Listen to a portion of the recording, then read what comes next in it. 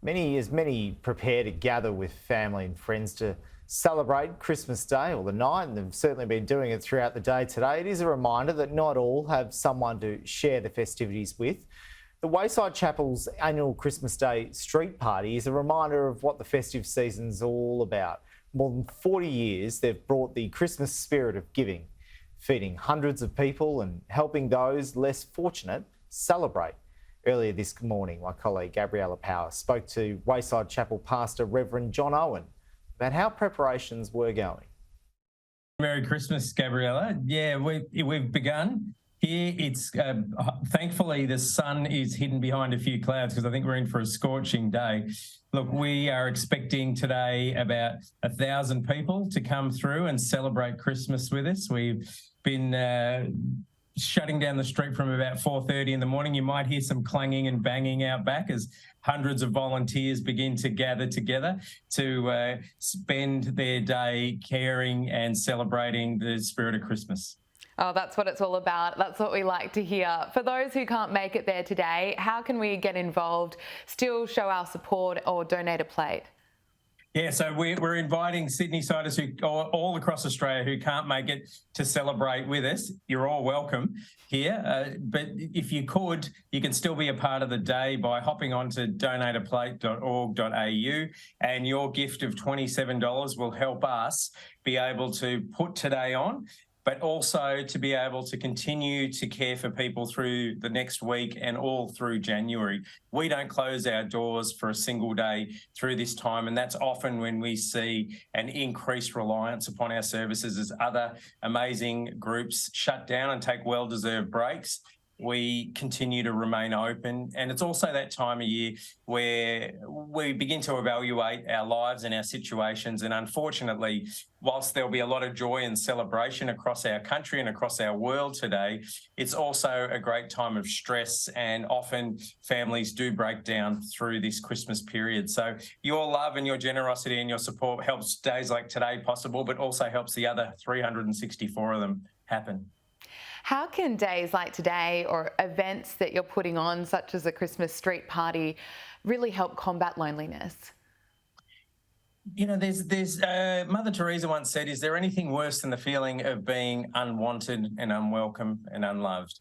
And Christmas is that time of year where we begin to put together all our plans and work out who we're going to see. And there are people out there that we often forget because we're all stressed, right? As we lead up to Christmas, we're all trying to pull off the perfect kind of pavlova.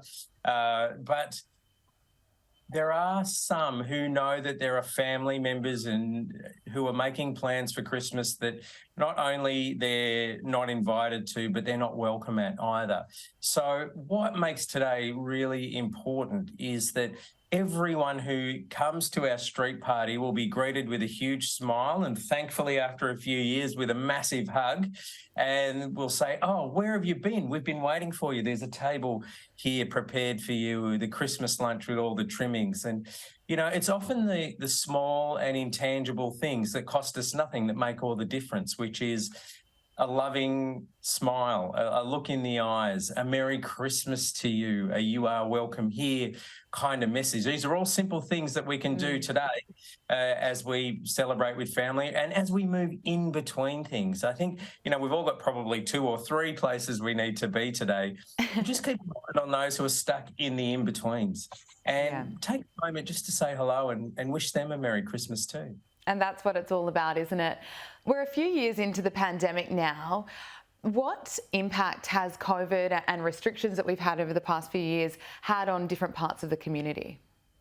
Well, we've all experienced loss through the last 3 years in ways that have really taken us by shock. We've all rolled into this time of year thinking, oh my goodness, the restrictions are over. I should be full of life and energy. And yet we found ourselves quite exhausted as well. And the deep craving for connection, because for humanity to flourish, we need to realise that the smallest human unit is 2, it's not 1. We are hardwired for community and for these connections. And yet the last few years, we find that we've become increasingly anxious about social interactions as well. So the thing we want the most is the thing we also fear the most. So we're seeing that. We're seeing slowly we have to learn how to trust ourselves and to trust each other, to seek out that which we need. Because if there's one thing that we've really sadly overly learned over the last few years, is how to become self-reliant, when actually that's not how we're created. We need each other. I need you and you need me. And that's how we begin to heal not only our world, but also our planet that needs it more than ever right now. Very well said. Tell us a bit about the work that Wayside Chapel does all year round. You provide meals, provide showers and clothes.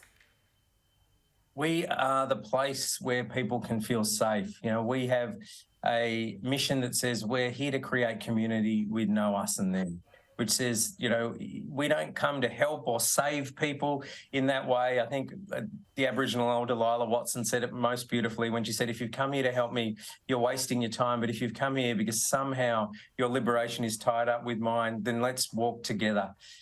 We say here, no one is a problem to be solved. They're a person to be met. And so we focus on meeting people, re-establishing that human connection and their humanity. And we often see that those moments of transformation never come from anyone saying you need to change your life or clean up.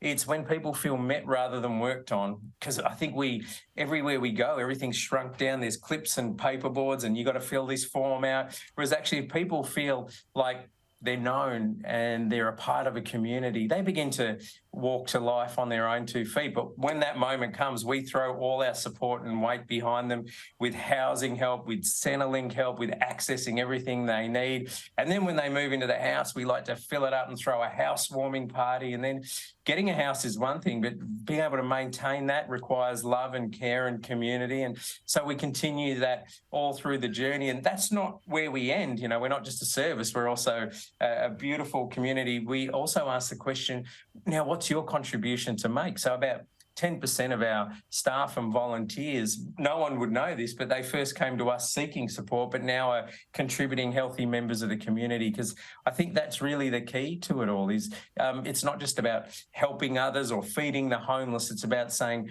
you have some gifts to give and I can see them and I'm going to call them out. Reverend John Owen, it's been great to speak with you this morning. Thank you so much for your time. Merry Christmas and enjoy the street party.